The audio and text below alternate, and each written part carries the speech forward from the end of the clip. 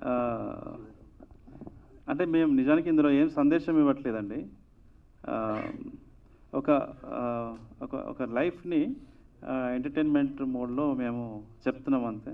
But ఆ క్యారెక్టర్‌లు అంతా బాగా మీకు డెఫినెట్ ఇందాక నితిన్ గారు చెప్పినట్టు అది మీకు 'రాజు వెడ్స్ రాంబాయ్' అనేది అది మీకు ఎప్పుడు గుర్తుండిపోయే పాత్రలుగా అయితే మిగులుతాయని చెప్పి మంచి అనుభూతిని ఈ సినిమా ఇస్తుందని మాత్రం నేను స్ట్రాంగ్‌గా నమ్ముతున్నానండి. వేణు గారు, వేణు గారు అంటే 'రాజు వెడ్స్ రాంబాయ్' ఫస్ట్ గ్లింప్స్ చాలా ఇంట్రెస్ట్‌గా ఉంది. అయితే అమ్మాయి తన గురించి చెప్తూ, తన లవర్ గురించి చెప్తూ మధ్యలో వాళ్ళ ఫాదర్ పేరు ఎందుకు యాడ్ చేసింది? దానికి ఇంపార్టెన్స్ ఎందుకు? అంటే తన గురించి, తన లవర్ గురించి చెప్పొచ్చు లవ్ స్టోరీ 'రాజు వెడ్స్ రాంబాయ్'. ఫాదర్ గురించి పర్టిక్యులర్‌గా పేరు చెప్పడంలో ఆ ఉద్దేశ్యం ఏంటి? కథలో ఆ ఫాదర్ పాత్ర ఎంతవరకు మీరు అనుకున్నటువంటి కథలో కీలకంగా ఉండబోతుంది? వాళ్ళ జీవితము ఒక గ్రేట్ టర్న్ తీసుకోవడానికి మిగతా పాత్రలు ఎలాగో ఆ పాత్ర కూడా ఒక క్యాటలిస్ట్ లాగా పనిచేస్తుంది. అందుకనే ఆ పాత్ర పేరు అంటే వాళ్ళ ఫాదర్ నేము మెన్షన్ చేయడం జరిగింది ఆవిడ. జనరల్‌గా ఎవరికైనా ఐడెంటిటీ ఏంటి? డాటర్ ఆఫ్, సన్ ఆఫ్ అంటేనే కదా ఫాదర్ నేమ్. సో అలా ఓకే. ప్రత్యేకంగానే. సో రెండోది అంటే ఈ మధ్య కాలంలో వస్తున్నటువంటి కంటెంట్ ఓరియెంటెడ్ సినిమాల్లో క్లైమాక్స్ చాలా కీలకంగా ఉంటుంది. సో క్లైమాక్స్ కొత్త రకంగా ఉంటుంది. చాలా కొత్త రకమైనటువంటి సినిమా తీసాం, క్లైమాక్స్ చాలా కట్టుబడేస్తుంది అని చెప్పే మాటలు ఇప్పుడు ఈ మధ్యకాలంలో ఎక్కువగా వింటున్నాం. సో మీరు కూడా క్లైమాక్స్ మీద ఎక్కువ ఫోకస్ చేశారు. క్లైమాక్స్ థియేటర్‌కి రప్పిస్తుందనే ఒక కాన్ఫిడెంట్‌లో ఉన్నారు. క్లైమాక్స్ విషయంలో మీరు డైరెక్టర్ కావచ్చు, మీ టీమ్‌తో ఎట్లాంటి వర్క్ చేశారో, ఎలాంటి ఇన్పుట్స్ ఇచ్చారు? క్లైమాక్సే కథ అండి యాక్చువల్లీ ఇందులో.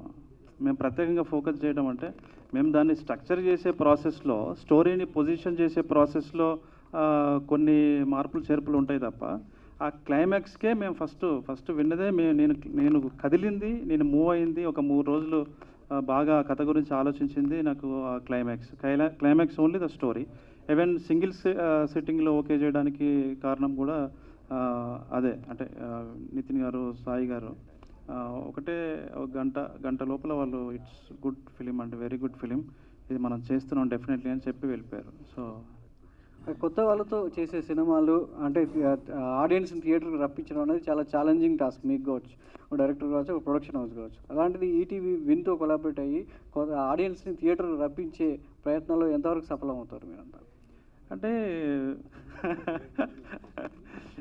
అంటే కంటెంట్ ఇప్పుడు ఇంతకుముందు ఎలా ఉండేదంటే ఇన్వెస్ట్మెంట్ కంటెంట్ని డిసైడ్ చేసేది.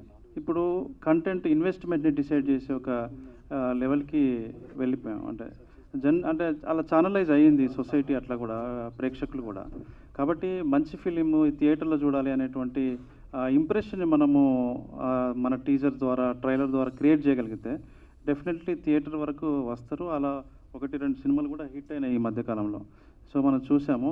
అలా మన సినిమాకి కూడా వస్తారని చెప్పేసి వస్తారు, డెఫినెట్లీ వస్తారు. మేము ఇంకా స్ట్రాంగ్‌గా నమ్ముతున్నాము. యాహ్!